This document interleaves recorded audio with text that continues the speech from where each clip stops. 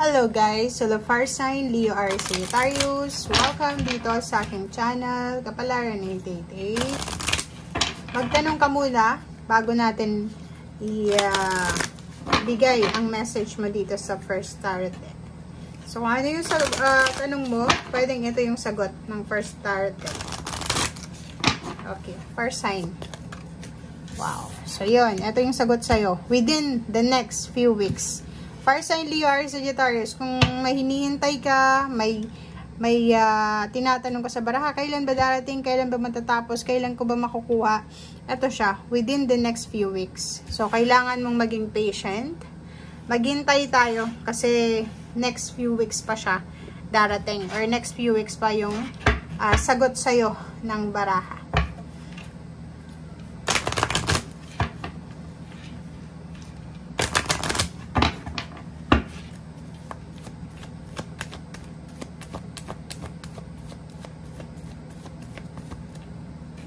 Fire sign, Leo or Sagittarius. Fire sign, Leo or Sagittarius.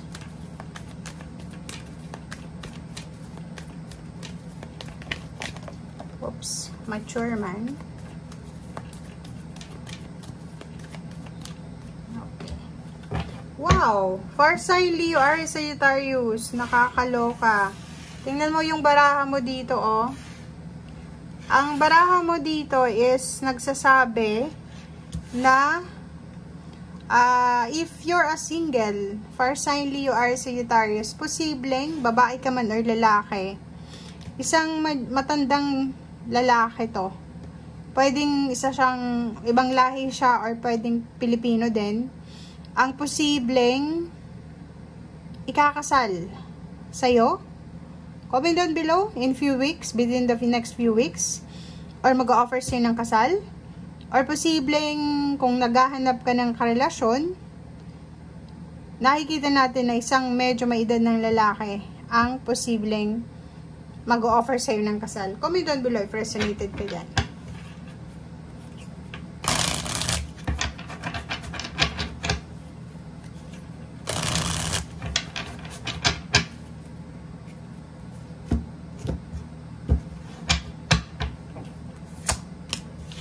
Wow! Wheel of Fortune.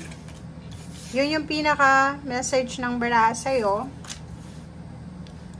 And kung makikita mo dito, if ever man na galing ka dito sa Nine of Swords na relationship, like for example, Fire sign, Leo or Sagittarius, yung relationship na meron ka dati is sobrang suffocating.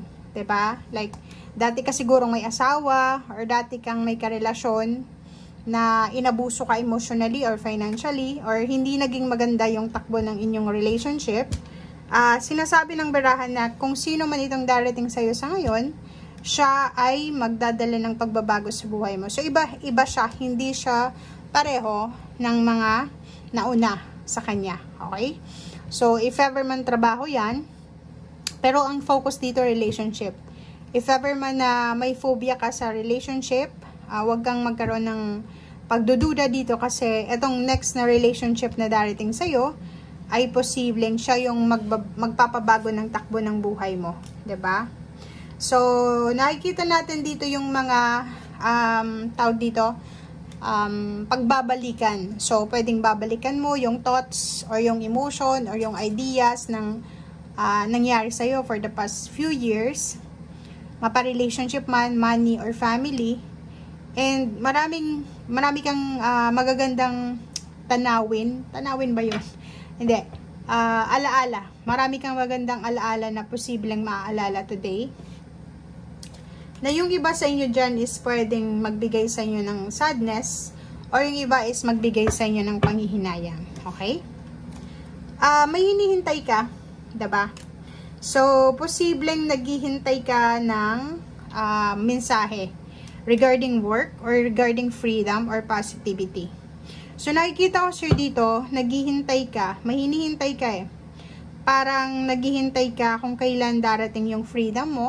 Freedom sa relationship siguro, freedom sa trabaho, freedom sa emotion. Kung kailan mo ulit mahahawakan yung happiness, yung positive life. Like for example, sa araw na ito, bigla mong maiisip yung mga magagandang nangyari sa nakaraan mo. And, ang mararamdaman mo dito is, parang ano siya, bittersweet.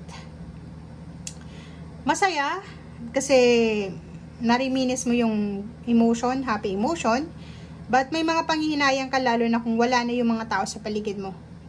Diba? And, dito sa barahan ito, naghihintay ka sa ngayon kung mauulit pa ba ito. Okay? Itong magagandang pangyayari sa buhay mo.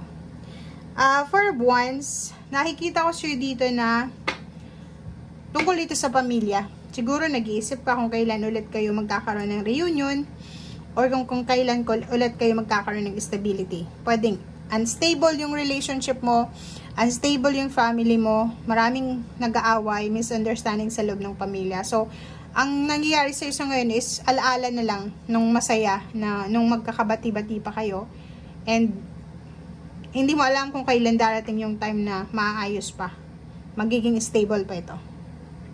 So, sa ngayon, parang nakikita ko na yun yung minamanifest mo.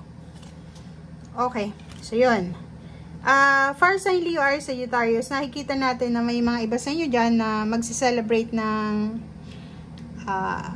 kasal, wedding anniversaries, or pwedeng mga birthday celebration ng family members. Pwedeng imbitado ka din. Ang nakikita ko siya dito is pwedeng ikaw ay ikakasal, or pwedeng ikaw ay papasok sa isang napaka-positive, napakasayang emosyon, or pwedeng ikaw ay tawag dito, ikaw yung magiging sagot para maging masaya yung foundation mo. Comment down below if you are resonated. Okay, 8 of Swords.